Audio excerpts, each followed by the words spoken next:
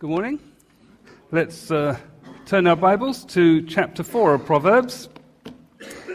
Chapters 3 and 4 are the two most positive chapters, or ones with the least amount of what happens when folly strikes within them. And one of the reasons we chose to do chapter 3 first is because it reads a really good overview. Trust in the Lord with all your heart, lean not on your own understanding, in all your ways acknowledge him, and he will direct your paths or make your paths straight. Sort of provided, I felt, a good, straightforward summary for us as we began the book. And then we've gone back and looked at chapters 1 and 2.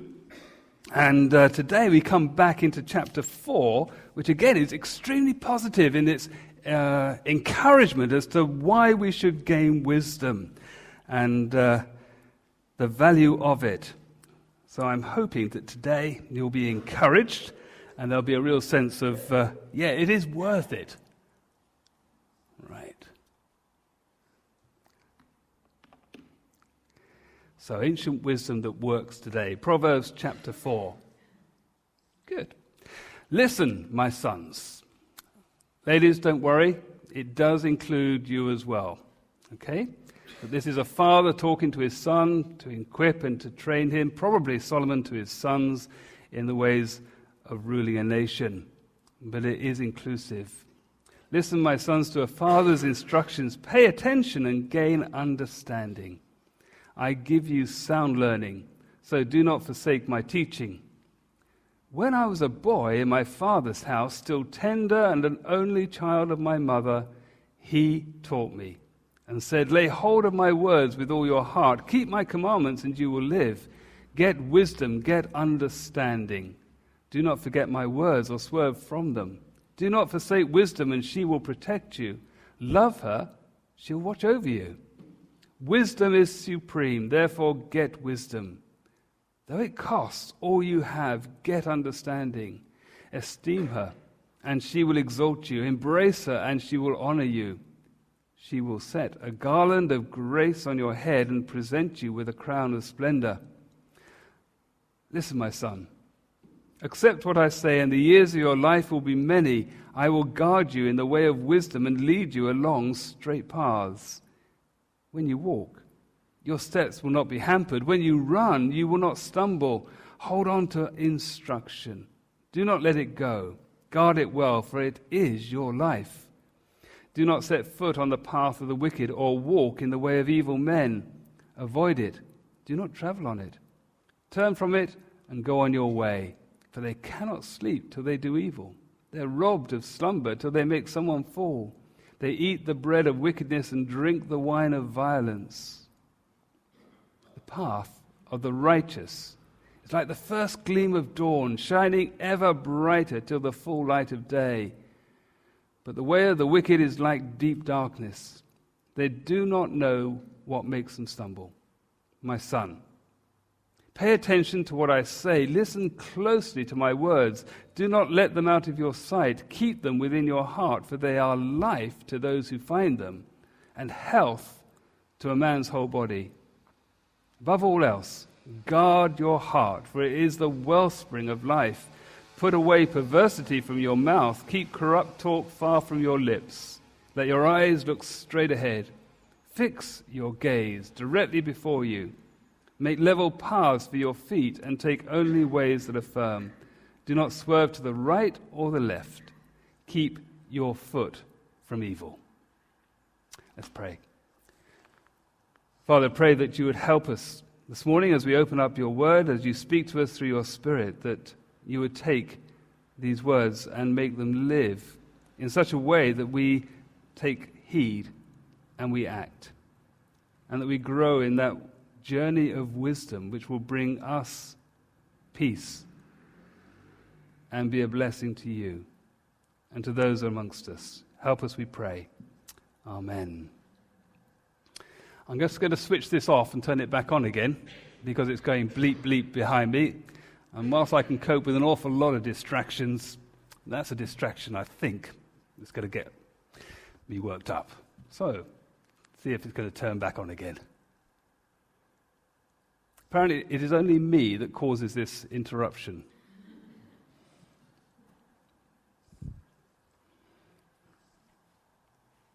Hey, there we go. Let's try again. If it happens, just ignore it, and I will try and too. Good. So wisdom's a journey. Life's a journey. We're quite familiar with that concept, aren't we? That it starts, it goes through various stages, and it has an end. But of course, for the Christian, there is no end. There is eternity, and we are drawn into eternity by the God who loves and cares for us. So how do we get going? How do we get going with this whole wisdom thing? Well, verses 1 to 4 give us some fairly clear ideas. It begins with our ears. Well, actually, it begins in our heart. We're told that in chapter 3, trust in the Lord with all your heart. But actually, he says, listen, my son, to a father's instructions. There is wisdom that is being passed on. Now, we know that this wisdom wasn't something that Solomon dreamt up on his own. It was a wisdom that was revealed to him by God. We remember right at the very start of his reign, God said to him, what would you like? Take anything. And he said, I need wisdom, Lord, to be able to govern these people well. And because Solomon asked for that, that pleased God's heart. And he passed wisdom on to Solomon. And this is the wisdom that Solomon is then passing on to his sons and to us. And if you want to find a way of living that's going to be good for you, I suggest you read Proverbs regularly. It's a great book for every aspect of life. And I hope you're still sort of looking for that part of life which isn't covered in Proverbs, as hopefully you might be looking at it and seeing and exploring it outside of Sunday mornings and small groups. Listen, my son, to a father's instruction. It's something that is taught. Now, wisdom doesn't come naturally. Knowledge does, doesn't it? So last week we had the great time, dedication for the children, and we see a little baby, we've got a few more babies coming, and we know that as children grow up, they are very, very inquisitive, and they'll gain lots of knowledge. They're like a sponge. But wisdom is something different. Knowledge is different from wisdom. So actually, listen, my son, to a father's instructions, pay attention and gain understanding. And he begins to introduce in chapter 4 a wider body of people. And this will then be progressed further as he brings in the community around, because he begins to tell his son about his experience as a child. While I was a boy in my father's house, still tender, and an only child of my father, he taught me and said, this is Granddad speaking. I'm very conscious now as a granddad of a number of grandchildren. And there's a wisdom there because I'm not describing how many I've got this week. But there's something to be passed on. There's a special bond. And he's saying, actually, this is something that's worked, and I've learned, and it was good.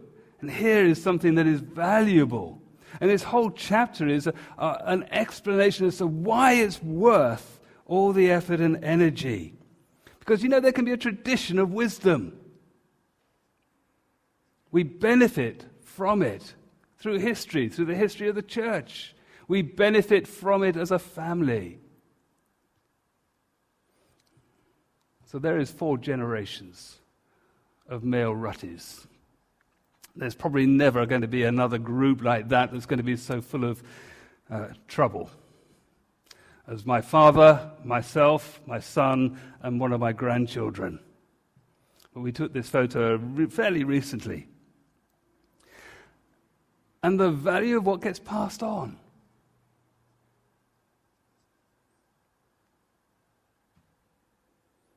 But it does take effort, and there is a cost. And what he's learnt is set your heart, or lay hold of my words with all your heart, on the prize that cannot fail. Now, I don't know about you, but there are things that I have valued from my father that have been passed on. There are things that he's passed on that I've actually not so valued. It may be you turn around and say, well, I didn't have a very godly father or godly mother, and actually I don't have that tradition.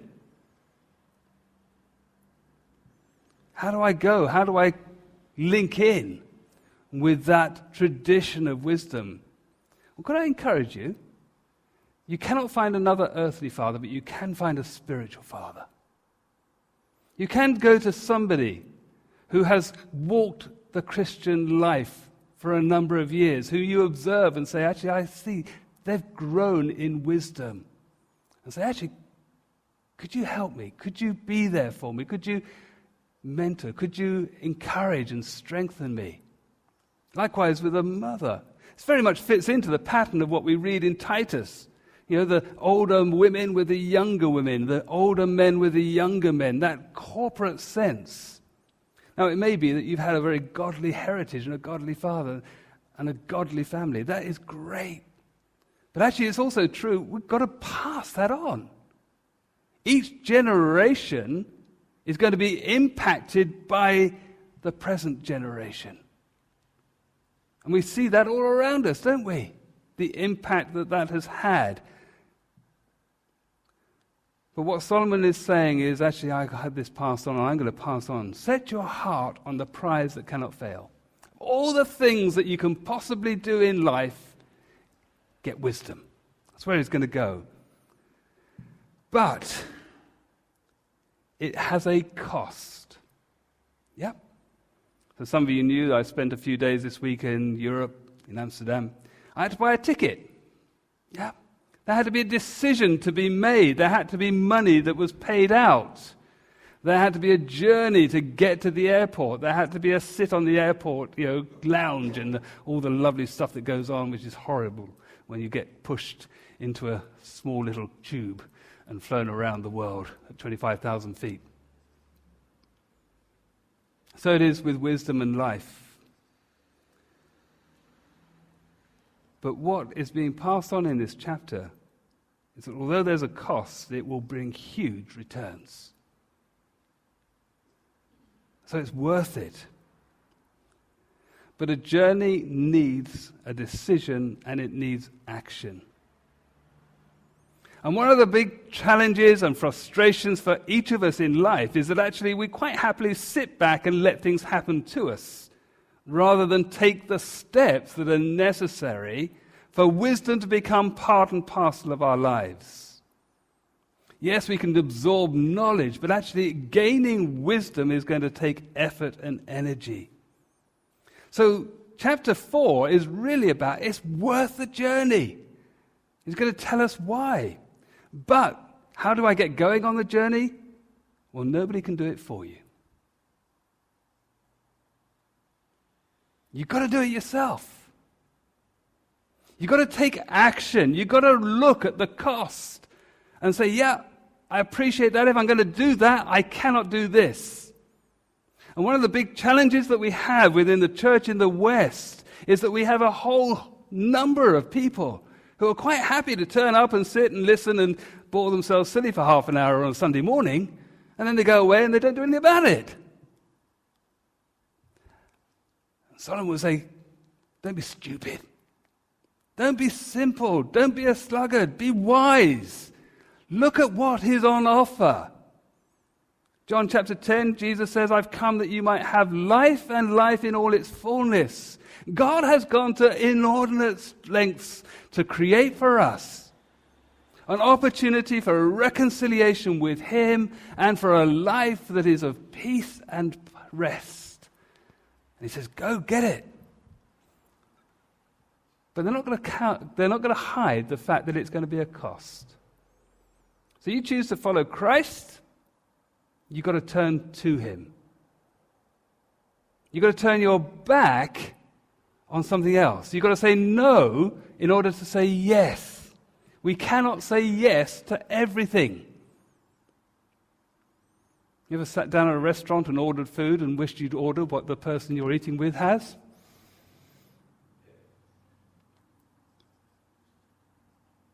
Choice. And this chapter is going to say, actually, there's real value. How do you get going? Please, take action. As we go through this book of Proverbs, this is ancient wisdom that works for today. But it only works if you put it into practice, if you make it a part of your life. So how do you keep going? Because every journey, whatever we do, we tend to think, like a bit of a rest here, like a break. How do we keep going? Well, recognize it is a journey. And every journey that we take is a step along each way. We've talked quite a lot in the church recently about small steps. Climbing something big, actually we can only do it by taking a small step in that direction. So it is with God and with wisdom. So it says in verse 5, get wisdom, get understanding. Do not forget my words or swerve from them. So there's a course and a direction that we go. We cannot expect to have a data feed that puts us all the wisdom of the world into our heads in one go. It doesn't happen like that. It's not like downloading and seeing the little bar go across saying, okay, Martin, wisdom, half full. Wisdom, 3/4 full. Yeah? It happens bit by bit as we walk along. There is no quick fix. And there is trouble to avoid. So how do we keep going? Well, we work at it. Do not forsake wisdom, she'll protect you. Love her, she'll watch over you. Wisdom supreme. Get wisdom. Though it costs all you have, get understanding. Esteem her. Embrace her. You see how strong he's saying? So everything else in life, this is the thing that you are to spend most time looking at and getting on. Because if you don't, verse 13, hold on to instruction and not let it go, what will happen? It says, don't set your foot on the path of the wicked or walk in the way of evil men. Avoid it, do not travel on it, turn from it and go your way, for they cannot sleep till they do evil. They're robbed of slumber till they make someone fall. They eat the bread of wickedness and drink the wine of violence. Verse 19, the way of the wicked is like deep darkness. They do not know what makes them stumble. And as we see right the way through the book of Proverbs, there is contrast between wisdom and folly. There is a minefield. Now, who would walk through a minefield? Not many people, unless you're well protected, that you're equipped and trained. But actually, it's good to know that it's there, isn't it? If people lay mines in a war zone, they don't tend to put up a sign saying, beware mines. They want them to be unseen. And so after the war's over and it's a big clear up, well, then you put up the sign saying, don't walk here. Vietnam and Cambodia.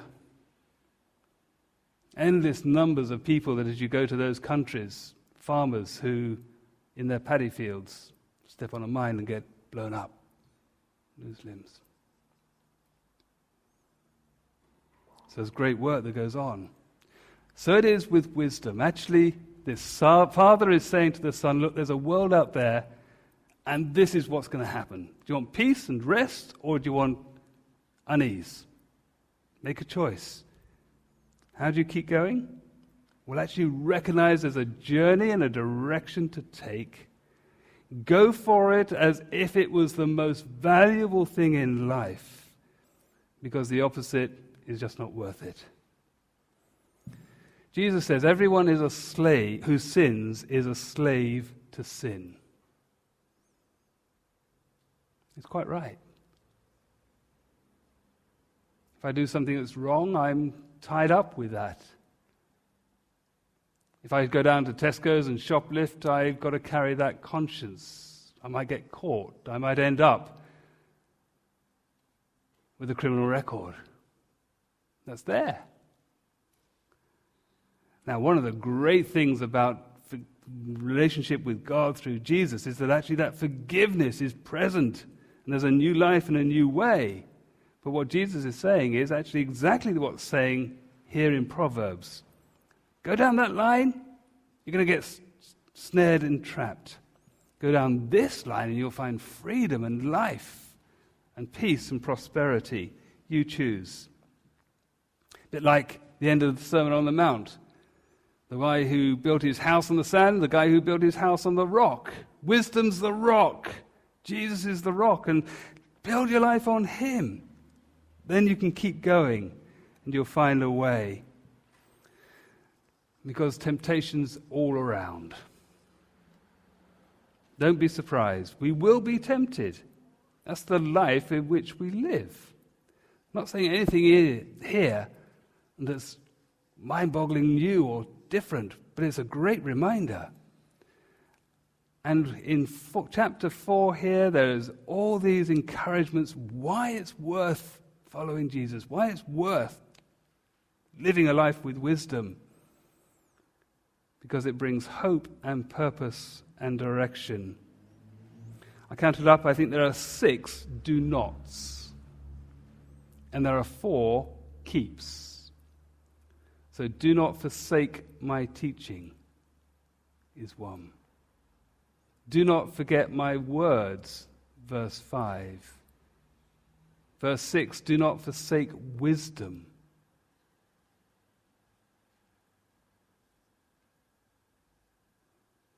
Verse 14, do not set your foot on the path of the wicked.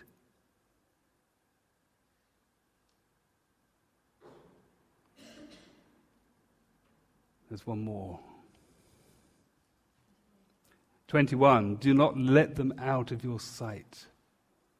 Grasp. Then keep. And there are 4 of these.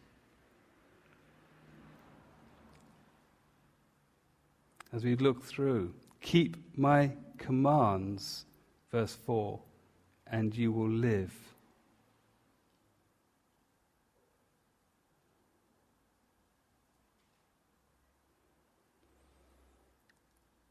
Coming as we work through and look through.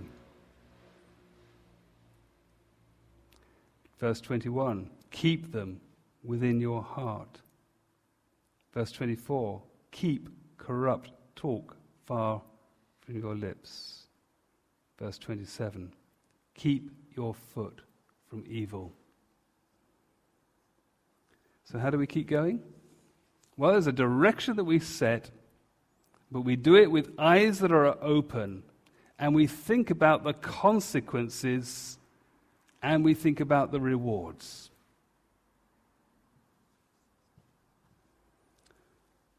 But how do we avoid getting lost on the way? Verses 23 to 27. Above all else, guard your heart, for it is the wellspring of life. Put away perversity from your mouth. Keep corrupt talk from your lips. Let your eyes look straight ahead. Fix your gaze directly before you.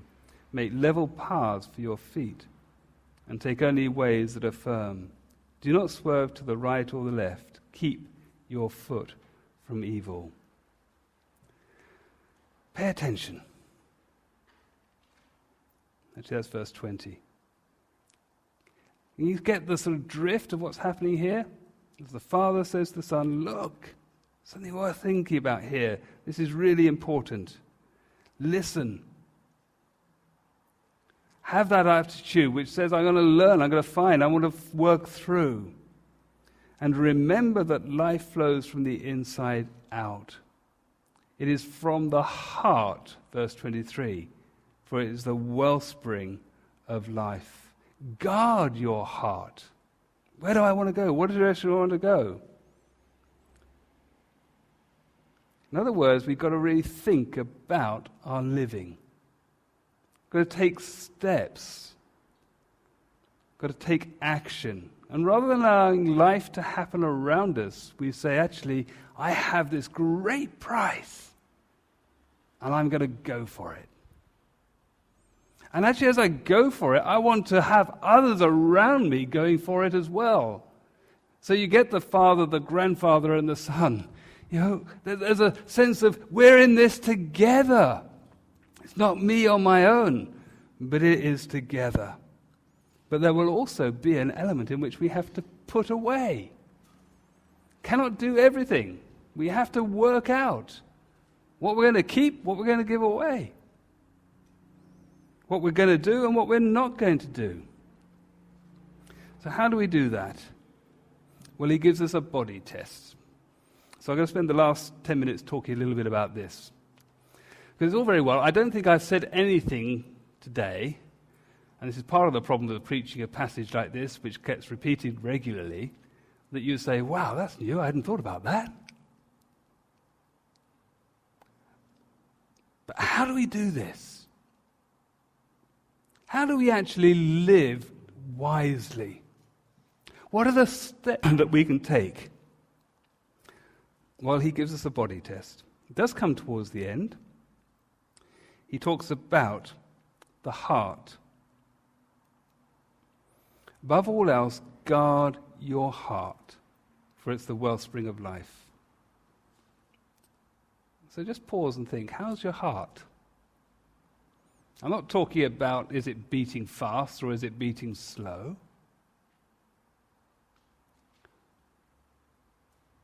But how's your heart? Is there peace? Is there rest? What is it that we are focusing and looking towards?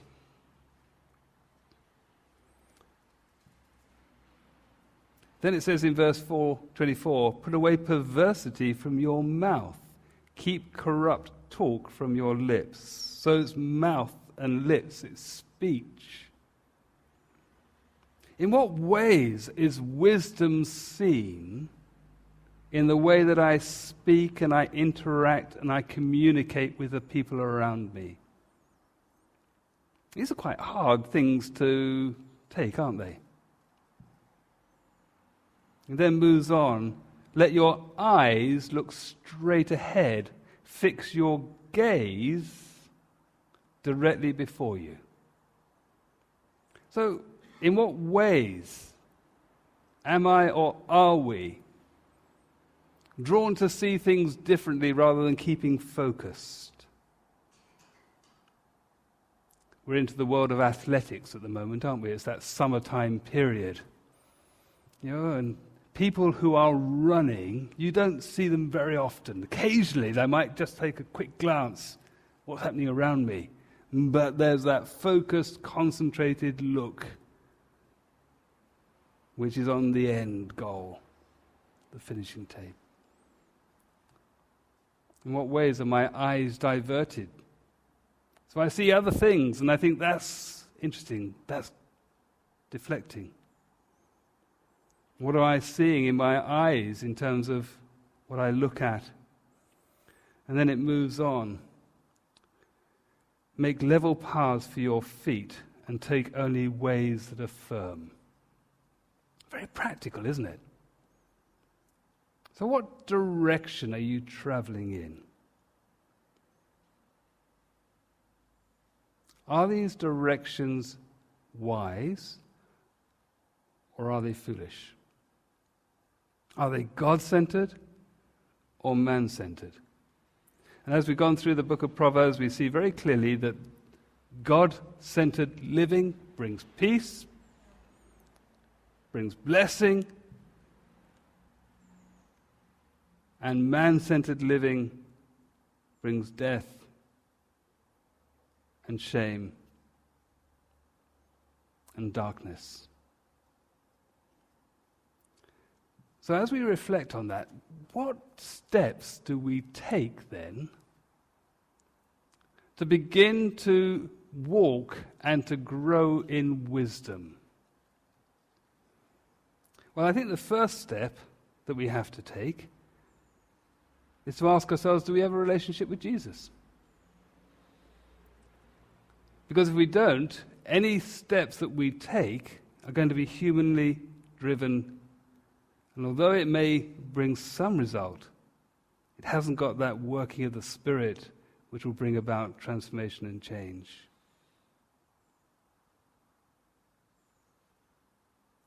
I think the second step is we say, Lord, I've got a relationship with you.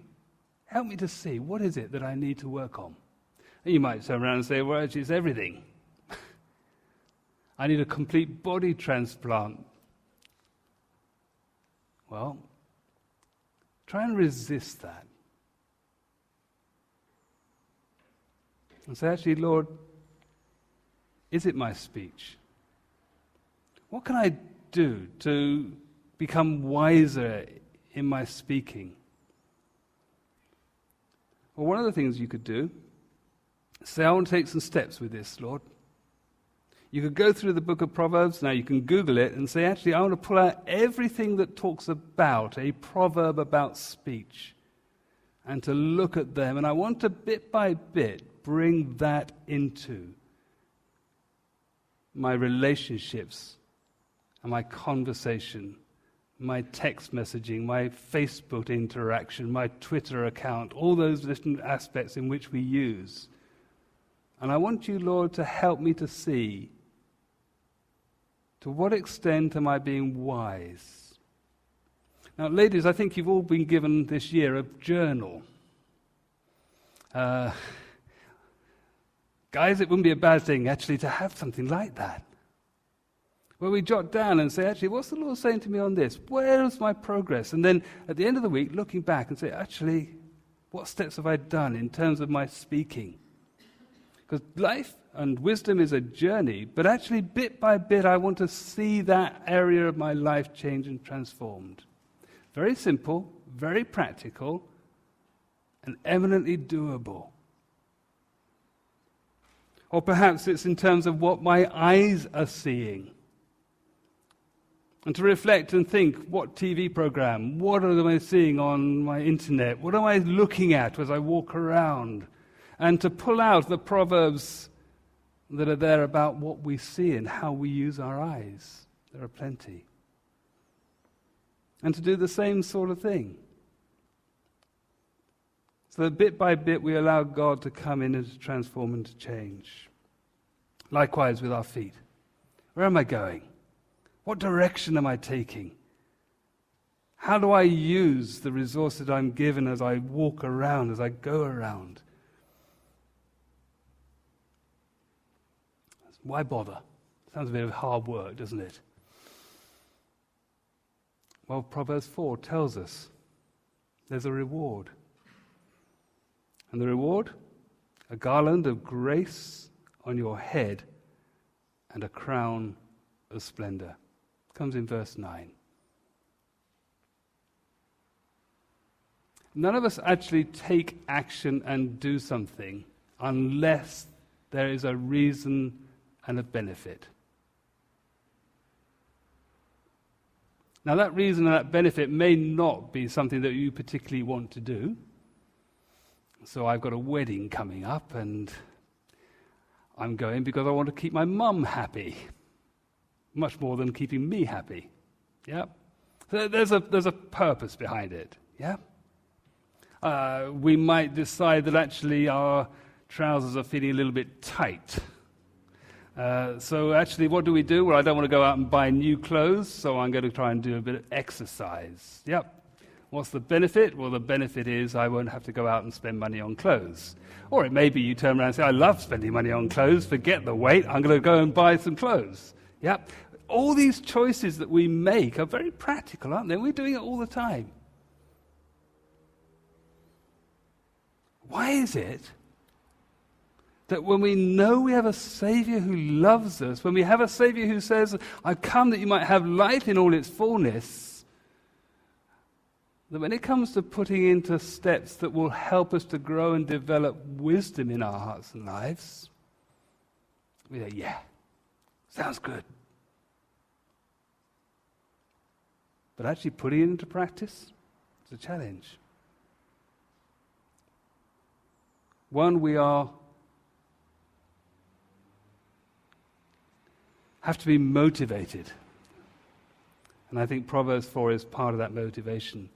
But also, we have to recognize that there's that will within us, which has got to be changed and moved. We're actually quite comfortable with things as they are. And maybe we think, well, actually, God loves me, God cares for me, He's forgiven me, so it doesn't really matter.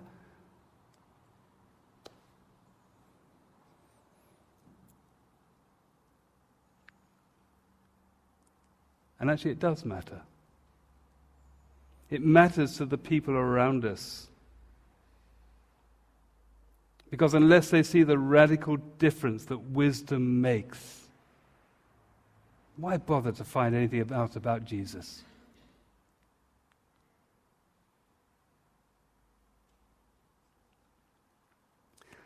I was in, as I said earlier, this meeting this week, and there were some really quite clever people there. It became a bit of a joke because whenever we were talking about something, somebody would say, well, actually, there's a chapter in a book I've written about that. You could buy the book. So I got a big, long reading list. There was a lot of intelligence in that room. But you know, the intelligence wasn't what that meeting was about. The meeting was about, actually, I got all this knowledge, all this intelligence, but what we need is wisdom. Wisdom to know what is the right thing to do at the right time in the right way.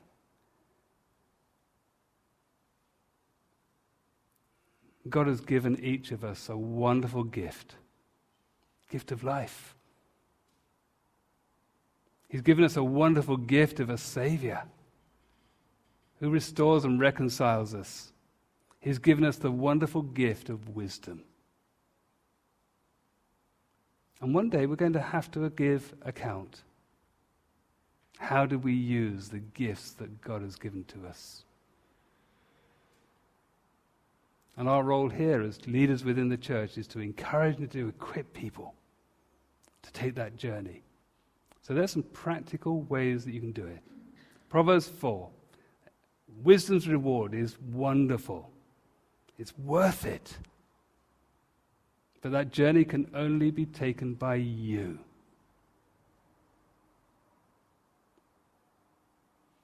You're going to go for the reward? Because if you don't go for the reward, the opposite is what you'll receive. There is a God of grace. But there's a God who also says, are you a fool, building a house on sand, or are you going to build it on rock? Are you going to be a slave to sin, or are you going to be free from sin? You're going to walk with wisdom, because that's what I long for you to do. But He won't do it for you. He will do it with you. Let's pray.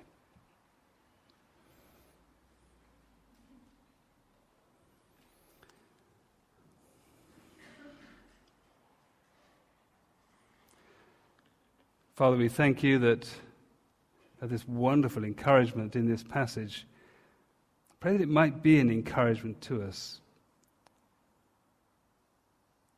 that we will see the value of what it means to set everything aside so that we can gain wisdom. That we might recognize and see and esteem her and embrace her, and we might, bit by bit, see that life-transforming work of your Spirit,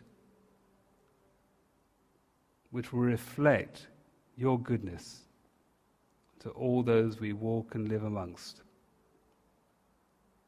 Lord, each of us have different life circumstances. Some of us are going through good times, some of us are going through challenging times. But thank you that in every time we can display wisdom. Give us a heart that searches for it, we pray. Amen.